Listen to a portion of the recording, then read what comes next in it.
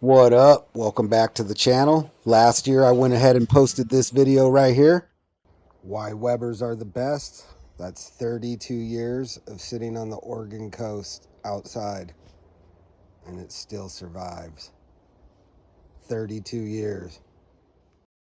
Well, a year later and the leg finally broke right there. But that's still 33 years on the Oregon coast, unprotected, sitting out in the weather. Fortunately, this Father's Day, my wife went ahead and bought me another Weber, which I'm super happy with. I love this barbecue. I think it's the best barbecue in the world. So let's go ahead and assemble it and compare the difference between this one and one from 33 years ago.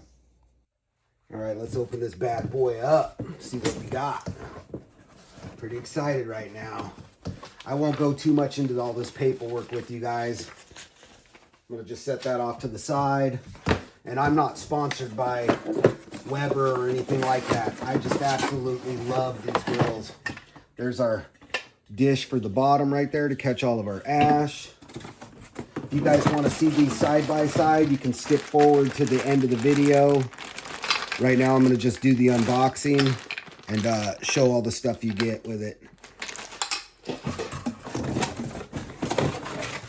So yeah, as I imagined, the handles are all a type of composite plastic now. Not gonna get wood no more. Look at that beautiful black shine. Still feels nice and thick.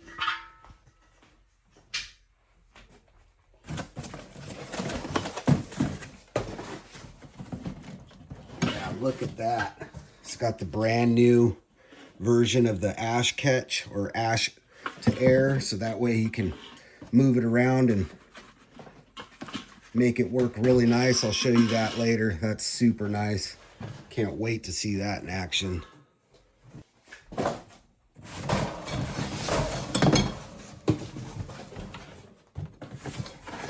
Looks like there's the legs.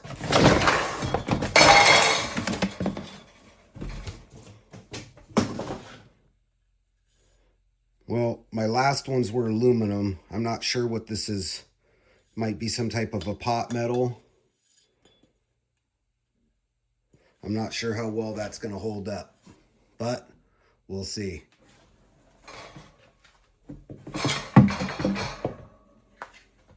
There's one of the wheels, just like original wheel. Another leg.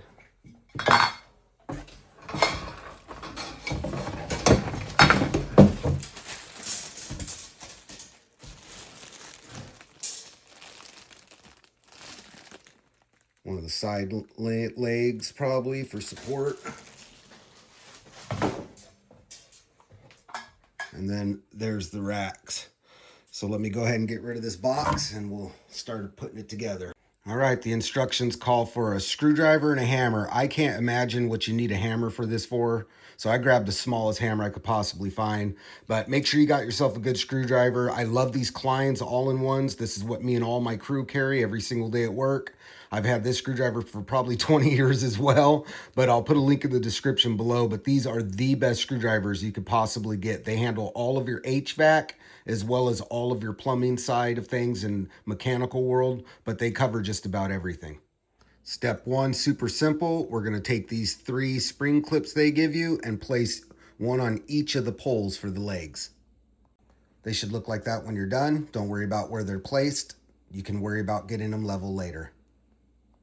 Step 2, you're going to take the perfectly straight leg, the one that doesn't have flat spots bent onto the end of it, and you're going to use this inside spring clip.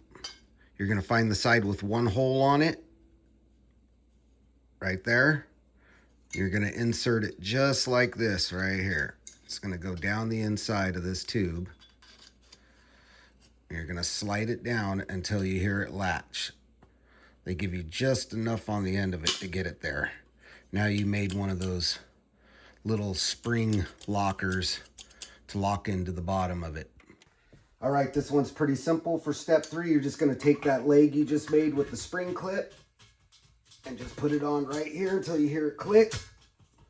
And then you know that it's locked on. The way you know which leg it is by looking for the handle.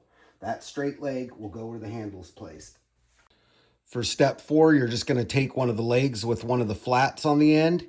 You're going to take a spring clip, and if the leg's facing at you for the right hand side, you're going to place the spring clip in the right hole. They made it to where you got them for each one, right and left. So you're just going to want to make sure it gets in the right hole like that right there. And that's step 4.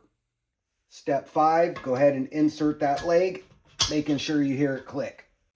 Step 6 is going to require this axle / shelf, and using the hook end, finding the hole in the center straight pole that you just placed a minute ago, making sure that it's upside down so that way when it comes back around and hooks up to this other leg, you could put it right in the hole and just let it rest, just like that.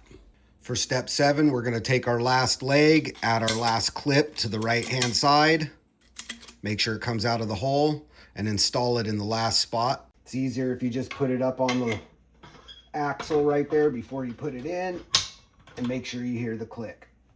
All right, step 8 requires a hammer. Make sure you guys don't use too big of a hammer. This is where you're going to put your brand new wheels on with your little shark bite hubs.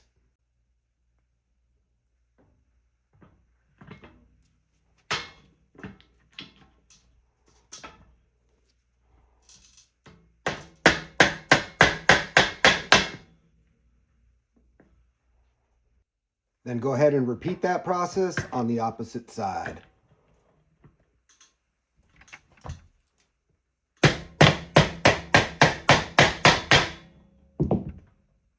All right, step 9, and yes, this is a step. You're going to take that cap and place it on the last leg right here. Make sure you squish it all the way down flat. Step 10 is pretty simple. Once you get your spring clips about somewhat level, leave one of them kicked out. That way all you got to do is rest it up in there like that on 2 of them and turn one spring clip in, and it holds it up. And then once you do it like that and it's full of ash, it makes it easy to take it in and out that way as well. Step 11 is basically just putting your heavy duty rack at the bottom and your nice one with the handles at the top. For step 12, we're going to go ahead and use our screwdriver, basic Phillips screwdriver, and we're going to install this split piece casted handle.